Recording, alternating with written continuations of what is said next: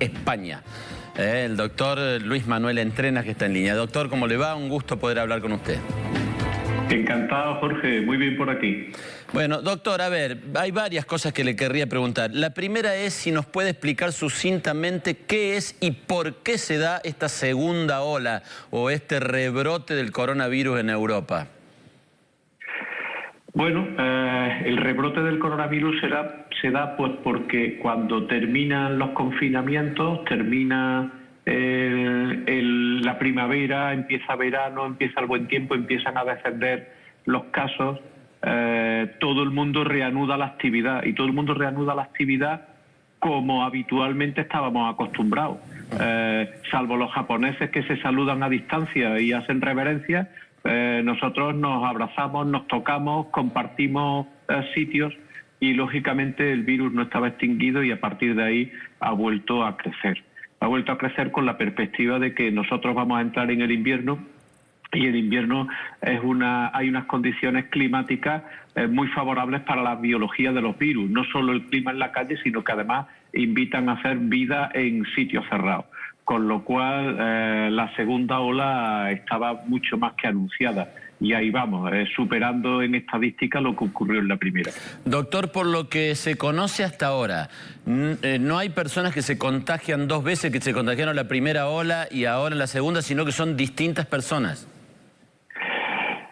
Sí, pero tampoco sabemos con seguridad qué es lo que ocurre cuando yo me contagio, genero una inmunidad porque he sobrevivido al virus, cuánto tiempo me dura esta inmunidad y cuánto me va a proteger. Tenga en cuenta que estamos describiendo una enfermedad nueva que en el mundo occidental estamos viéndola desde marzo. Nuestros primeros casos que ingresan en el hospital es 1 de marzo.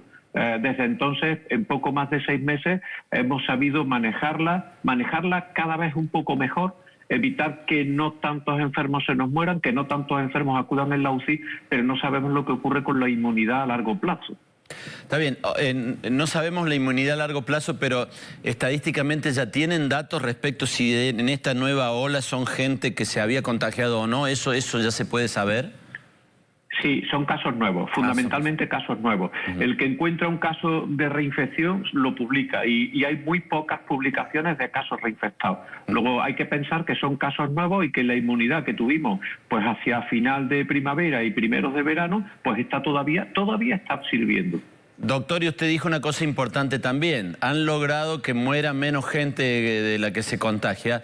Está claro que en las curvas, como estamos viendo, la diferencia es muy notoria respecto de la primera ola, la tasa de mortalidad o de letalidad del virus. ¿Y esto a qué se debe? ¿A que los contagiados nuevos son más jóvenes o a eso que usted decía que están trabajando mejor los equipos de salud? Yo creo que es una combinación de muchos factores.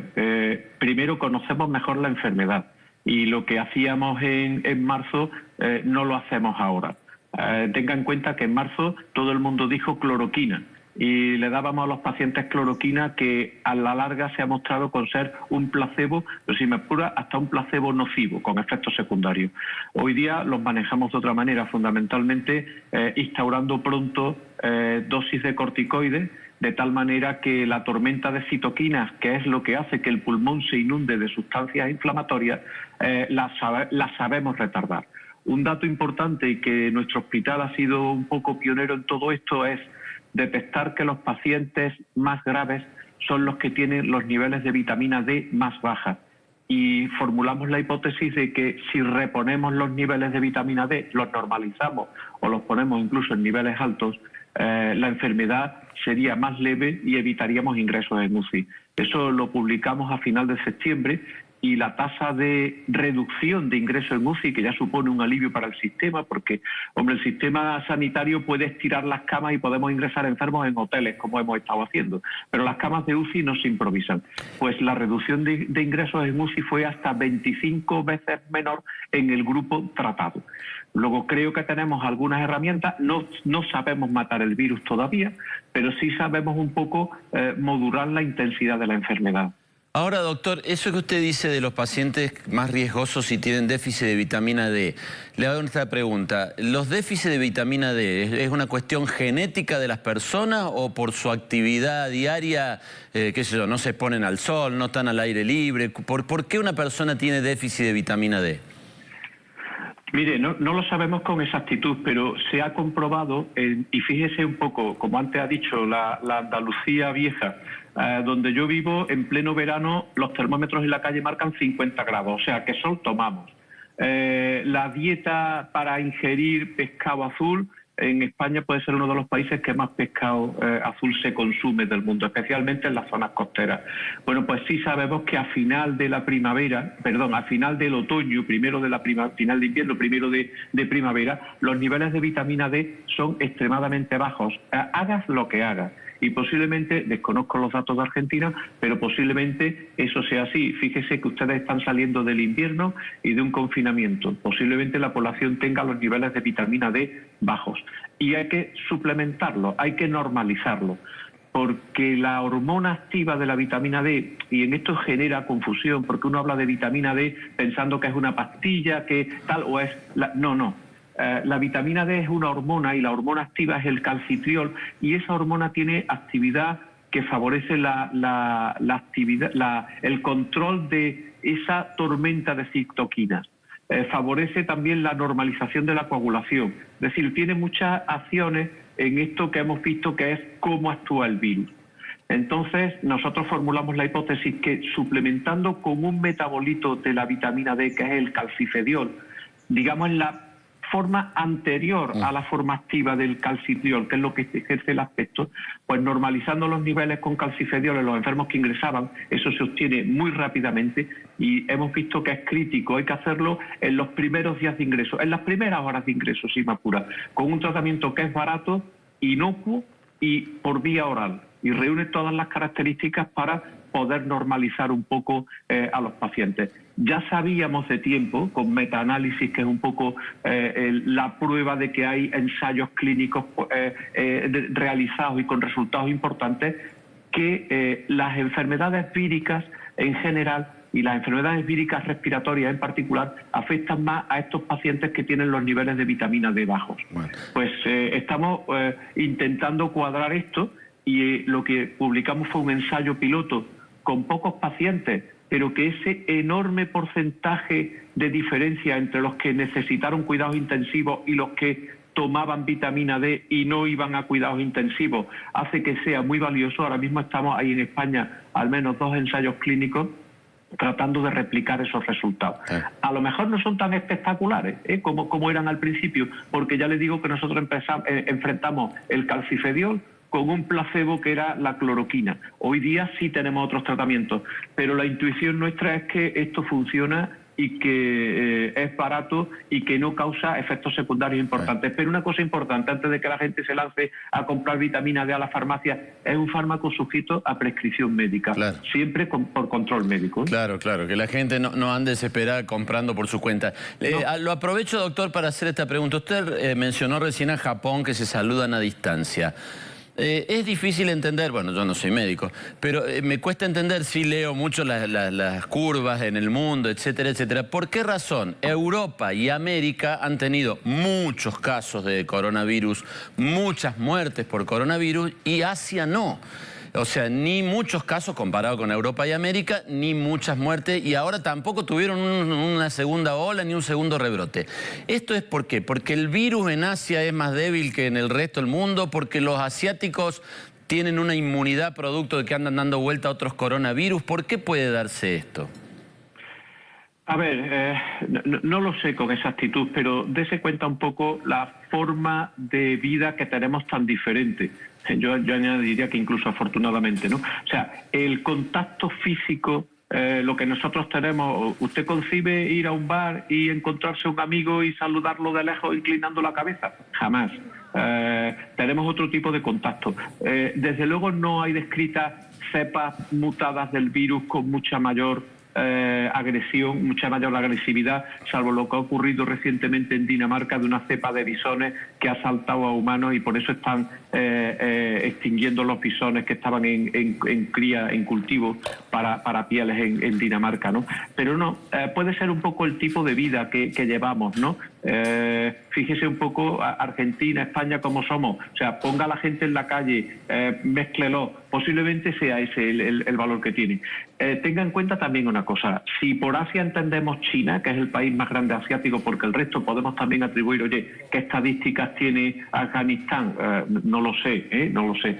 Pero fíjese un poco la disciplina china, la disciplina impuesta en China. Cuando allí dicen un confinamiento, ya le prometo yo que es un confinamiento, no pisas el portal ni la acera de la calle. O sea, posiblemente un cúmulo de factores que han hecho que nosotros pues estemos inmersos en una segunda ola.